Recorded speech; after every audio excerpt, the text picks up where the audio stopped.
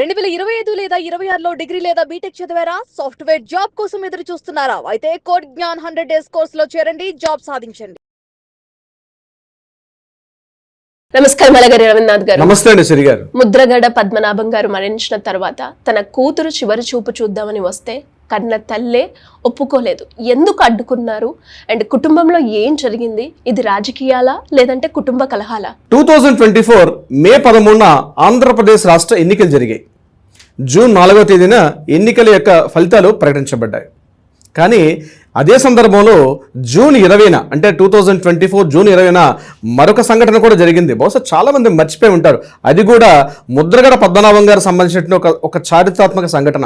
కాపు ఉద్యమ నేతగా బీసీలని అంటే కాపుల్ని బీసీలో చేర్చాలని 7 సార్లు ఆమరణ నిరాదీక్ష చేసినటువంటి కాపు నాయకుడిగా చెప్పబడినటువంటి ముద్రగడ పద్మనాభం గారు తన పేరును ముద్రగడ పద్మనాభ రెడ్డిగా మార్చుకోవడం జరిగింది. గెజెట్లో, ఆంధ్రప్రదేశ్ గెజెట్లో తన పేరుని ముద్రగడ పద్మనాభరెడ్డిగా మార్చుకున్నారు. అదే దాన్ని బట్టి అర్థమవుతోంది రాజకీయాలు ఆ కుటుంబం మీద ఎంత తీవ్ర ప్రభావితాన్ని చూపించుంటాయని. పిఠాపురంలో పవన్ కళ్యాణ్ గారు గెలిస్తే తన పేరును మార్చుకుంటానని బహిరంగంగా ప్రకటన చేశారు. ఆ ప్రకటనని తన కూతురైనటువంటి క్రాంతి గారు కూడా బహిరంగంగానే ఖండించారు కూడా. పిఠాపురం అదేవిధంగా పత్తిపాడు నియోజకవర్గాలు వాళ్ళకి ఆయుపట్టుగా ఉన్నటువంటి కాన్స్టిట్యున్సీ. ఓ సందర్భంలో పిఠాపురంలో కూడా కాన్స్టిట్యున్సీలో కంటెస్ట్ చేశారు ముద్రగడ పద్మనాభం గారు. అయితే పిఠాపురంలో కానీ ఒకవేళ పవన్ కళ్యాణ్ గారు గెలిస్తే తన పేరు కాపు ఉద్యమ నాయకుడిగా ఉన్నటువంటి ముద్రగడ పద్మనాభం అన్నటువంటి పేరుని మార్చుకొని ముద్రగడ పద్మనాభరెడ్డిగా మార్చుకుంటానని బహిరంగంగా ప్రకటన చేశారు. జూన్ 4న ఫలితాలు వెలువడ్డాయి. అందులో పవన్ కళ్యాణ్ గారు పిఠాపురంలో ఎన్నిక కాబడ్డారు, అంటే విజేతగా నిలిచారు. ఇమ్మీడియట్గా తన పేరుని 20వ తారీఖు నాడు పద్మనాభ రెడ్డిగా మార్చుకున్నారు. ఇది ప్రతి ఒక్కరూ గమనించాలి. ఆయన పేరు ముద్రగడ పద్మనాభం కాదు, ముద్రగడ పద్మనాభ రెడ్డి. ఇది గెజిట్లో కూడా మార్చుకున్నారు. ఆంధ్రప్రదేశ్ గెజిట్లో కూడా అధికారికంగా ఏదో పబ్లిక్ మీట్ పెట్టి మాట్లాడుకోలేదు. గెజిట్లో కూడా తన పేరు మార్చుకున్నారు ముద్రగడ పద్మనాభరెడ్డి. 1977 నుంచి ఆయన రాజకీయ ప్రస్థానం మొదలైతే ప్రతిసారి కూడా అనేక సందర్భాల్లో వివాదాస్పదంగానే ఉండేవారు.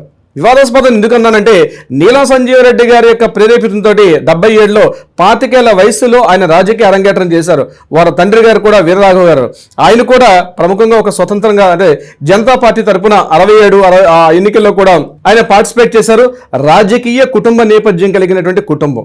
తర్వాత ఆయన మరణాంతరం అంటే వాళ్ళ తండ్రి గారు మరణాంతరం తర్వాత కిర్లంపూడిలో జన్మించారు వీరు. దాని తర్వాత ఆయన వాళ్ళ తండ్రి గారు చనిపోయిన తర్వాత మళ్ళీ 77లో నీలం సంజీవ్ రెడ్డి గారు ఆహ్వానిస్తే 78 జరిగిన ఎలక్షన్స్లో ఈయన కంటెస్ట్ చేయడం. 78 తర్వాత మళ్ళీ 83-85 సమయంలో మళ్ళీ ఎన్టీ రామారావు గారు తెలుగుదేశం పార్టీ స్థాపిస్తే ఆ పార్టీకి వెళ్ళారు. ఆ పార్టీలో రెవెన్యూ అండ్ ఎక్సైజ్ మంత్రిగా పనిచేస్తున్నారు. ఎక్సైజ్ మినిస్టర్గా పనిచేస్తున్న కాలంలోనే దానికి రాజీనామా చేసి రాజీవ్ గాంధీ గారిని మళ్ళీ పిలిచి అదే పత్తిపాడులో ఒక పెద్ద బహిరంగ సభ ఏర్పాటు చేసి కాంగ్రెస్ పార్టీలో చేరారు. అంటే జనతా పార్టీ నుంచి టీడీపీకి వచ్చారు. టీడీపీ నుంచి మళ్ళీ కాంగ్రెస్ పార్టీకి వెళ్ళారు. కాంగ్రెస్ పార్టీలో మరి చెన్నారెడ్డి గారి హయాంలో ఒకసారి ఫస్ట్ టైం ఎలక్షన్స్ గెలిచారు. రెండోసారి కంటెస్ట్ చేస్తే మళ్ళీ ఆ నియోజకవర్గంలో ఓడిపోతే మళ్ళీ ఎగిరి మళ్ళీ తెలుగుదేశం పార్టీ కూటమి గుటికి చేరారు. మళ్ళీ అక్కడ 2-3 సార్లు ఆయన కంటెస్ట్ చేశారు. ఒకసారి స్వతంత్ర అభ్యర్థిగా కూడా కంటెస్ట్ చేశారు.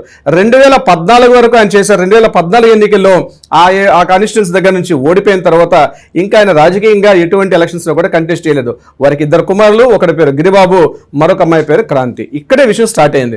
గిరిబాబుని 2024లో వైఎస్ఆర్సీపీ పార్టీలో జాయిన్ అయిన తర్వాత ముద్రగడ పద్మనాభం గారు తన ఫ్యామిలీలో ఇద్దరిని కూడా తీసుకువెళ్ళడానికి ప్రయత్నించారు, గిరిబాబుని అదేవిధంగా క్రాంతిని. కానీ క్రాంతి అనేక సందర్భాల్లో ముద్రగడ పద్మనాభం గారికి అనేక సందర్భాల్లో ఆయన ఇచ్చిన ప్రకటనలు కూడా ఖండిస్తూ వచ్చారు. సోషల్ మీడియా వేదిక కానివ్వండి, లేకపోతే తన తండ్రి గారు చేస్తున్న అనేక వైఎస్ఆర్సీపీకి అనుకూలంగా మాట్లాడుతుంటే ఈమె మాత్రం జనసేన పార్టీకి అదేవిధంగా పవన్ కళ్యాణ్ గారికి అనుకూలంగా మాట్లాడడం. పవన్ కళ్యాణ్ గారు కాపు పార్టీ అయినప్పటికీ కూడా అంటే పవన్ కళ్యాణ్ గారు కాపు సామాజిక వర్గానికి చెందినవారు అయినప్పటికీ కూడా ముద్రగడ పద్మనాభం గారికి పవన్ కళ్యాణ్ గారికి కూడా ఎప్పుడు కూడా సరిగ్గా పొసగేది కాదు. 24లో ఈయన వైఎస్ఆర్సీపీ పార్టీలో జాయిన్ అవ్వడం, తర్వాత తన కుమారుడు గిరిబాబు గారిని అందులోనే ఆ పార్టీలోనే మరలా జాయిన్ చేసుకోవడం. ఆ ఇన్ఛార్జ్ ఒక ఏరియా ఇన్ఛార్జిగా కాకినాడ జిల్లా ఇన్ఛార్జిగా కూడా ప్రెసిడెంట్ ఆయన పనిచేస్తున్నారు గిరిబాబు.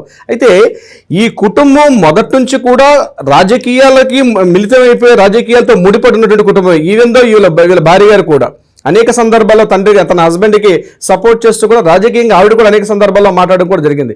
ఎప్పుడైతే పవన్ కళ్యాణ్ గారికి సపోర్ట్గా క్రాంతి గారు వెళ్ళిపోయారో ఆ కుటుంబంలో వివాదాలు కాస్త పిచ్చి పెరిగిపోయాయి. ముఖ్యంగా ఈయన 2024-20 సమయంలో ఒకసారి హెల్త్ బాగాలేనప్పుడు ఇతన్ని కాకినాడ హాస్పిటల్ అడ్మిట్ చేశారు.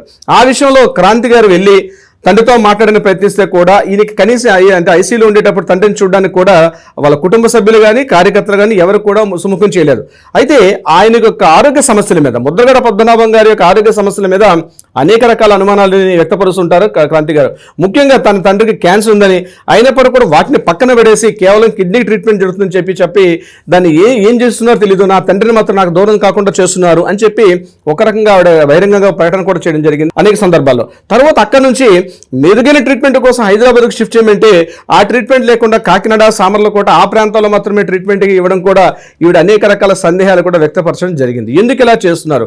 ఇది ఒక కోణం అయితే, మొదటి నుంచి కూడా ముద్రగడ పద్మనాభం గారు సనాతన ఆచారాలకి కొన్ని సంప్రదాయాలకి డెఫినెట్గా తను చెప్పడం జరిగింది అనేక సందర్భాల్లో. ముఖ్యంగా తను చనిపోయిన తర్వాత తన భార్య యొక్క పసుపు కుంకుమలు తీయడంలో కానీ, మంగళసూత్రంలో కానీ ఇట్లాంటివి ఏవి కూడా తీయకుండా ఎప్పుడు కూడా ఎలా ఉండేదో అలాగే ఉండాలని చెప్పి అనేక సందర్భాల్లో కార్యకర్తల దగ్గర, కుటుంబ సభ్యుల దగ్గర కూడా చెప్పినట్టుగా కూడా మనకి తెలుస్తూ ఉంది విషయాలు.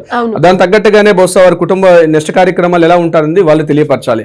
మరొక ఇంపార్టెంట్ పాయింట్ ఏంటంటే, చనిపోయిన తర్వాత కర్మకాండలు అంటే ఈ దహన సంస్కారాలు చేయకుండా తనని సమాధిగా చేసి ఇంటి ముందే మాత్రమే ఒక మామిడి చెట్టు ఉంటుంది, ఆ ఇంటి ముందు ఆ కిర్లంపూడిలో వాడి స్వగృహంలో అక్కడే సమాధి చేయమని చెప్పడం కూడా జరిగింది. అంటే ఈ అటాచ్మెంట్ ఫ్యామిలీ దగ్గరగా ఉంటారంటే ఫీలింగ్. అంటే ఆధునిక భావాలు ఉండేవి ఆయనలో కూడా, ఈ ఆచారాలు సంప్రదాయాలు కాకుండా కొంత ఆధునిక భావజాలంతో ఉండేవారు. ఏదేమైనప్పటికీ కూడా మనిషి చనిపోయారు, మన మధ్య మనిషి లేరు. అనేక సందర్భాల్లో మనుషులు బతికున్నప్పుడు భావజాలం కానీ లేకపోతే ఆలోచనలు కానీ కొంత ఒకే రకంగా ఉండాలని లేదు.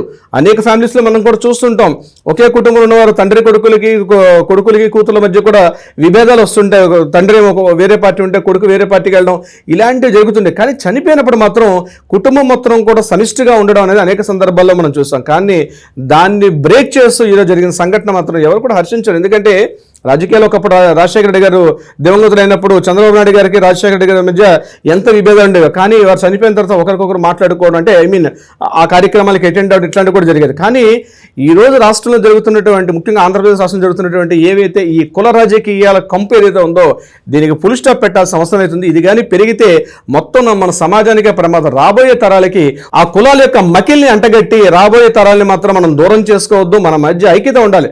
ఓకే, భావజాలాలు వేరు కావచ్చు, కానీ మనిషి చనిపోయిన తర్వాత అందరూ కలుస్తారు. ఎక్కడైనా కలవాల్సింది, చివరికి కలిసేది అంటే అందరం కూడా వెళ్ళాల్సిన అదే ప్లేస్. ఒక మనిషి చనిపోయినప్పుడు పరామర్శించడానికి శత్రువుల మిత్రులు లేకుండా అందరూ కూడా కలిసి మాట్లాడుకుంటారు. అలాంటి సంస్కృతి మళ్ళా రావాలని కోరుకుందాం. శ్రీ గారు, thank you sir, thank you so much. Thank you so much అండి.